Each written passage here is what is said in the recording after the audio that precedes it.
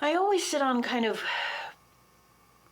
2 or 3 sides of this one because I have genuinely known a lot of people who had no idea how to clean so many things. In fact, I am one of them. There are things in my house where I'm like, I'm not sure I know how to clean it and I have to look it up regularly.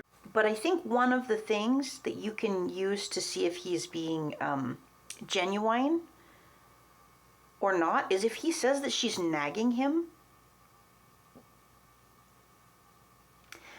That's a pretty good clue that he's actually not willing to do what she's asked him to. And I'll tell you why. Because number one, if he does it wrong and she's coming in to correct him, that's not nagging, that's coming in to show you how to do it right. If she's having to repeat the request, that's not nagging either. He has simply not done what he said he did, what he said he was going to do. He has not followed through. That's not nagging when you don't follow through. Now, I have experienced from the inside that feeling when you do something wrong and you're kind of worried that you did it wrong, and then someone comes in and they're snippy with you about how wrong you did it, and then you just want to throw up your hands and be like, fine, I won't do it at all. But I've also been the person who is sitting there waiting to do a bunch of tasks because the one you promised you would do isn't done. And, then gently asking someone, hey, were you going to do that today? And have them blow up at you. Because, I'm tired, I was going to get to it, blah, blah, blah. Or, actually in more cases, it's like you wait and you wait and you wait and then you do it yourself. And then they blow up at you then too, because you did it yourself. I was going to do it. Well, no, I realized you were busy, so I went ahead and did it myself. My ex sat in his room like a petulant child for the entire week that I had people come over to help me build the shed, because he had 4 years.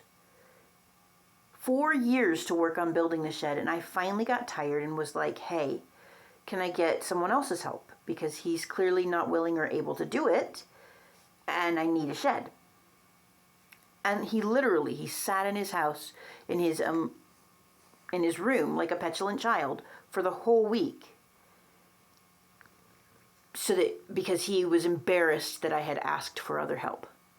And he still writes that and tells people that was some sort of failing on my part.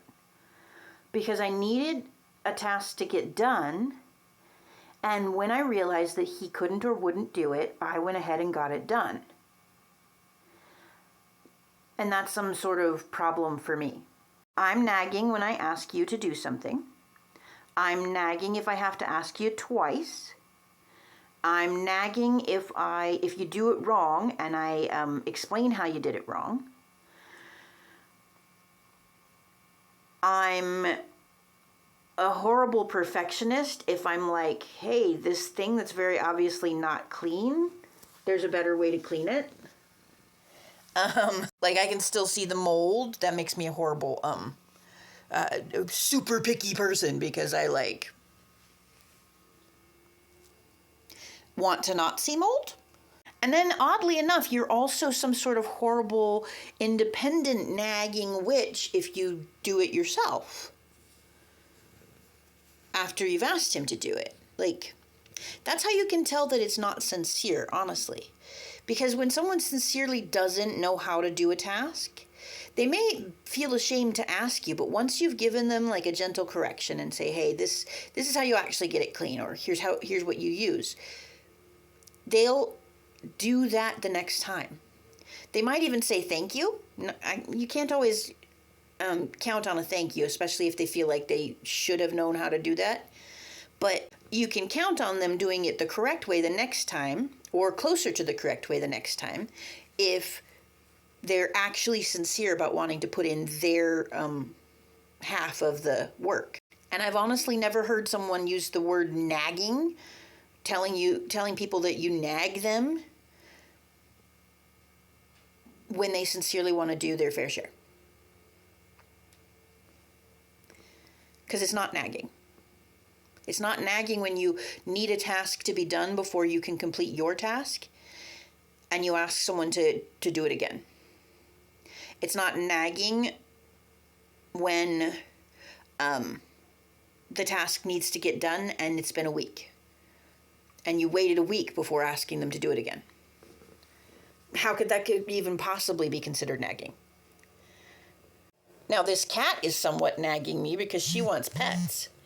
So she keeps getting up and moving around and putting her head, where I can pet it better.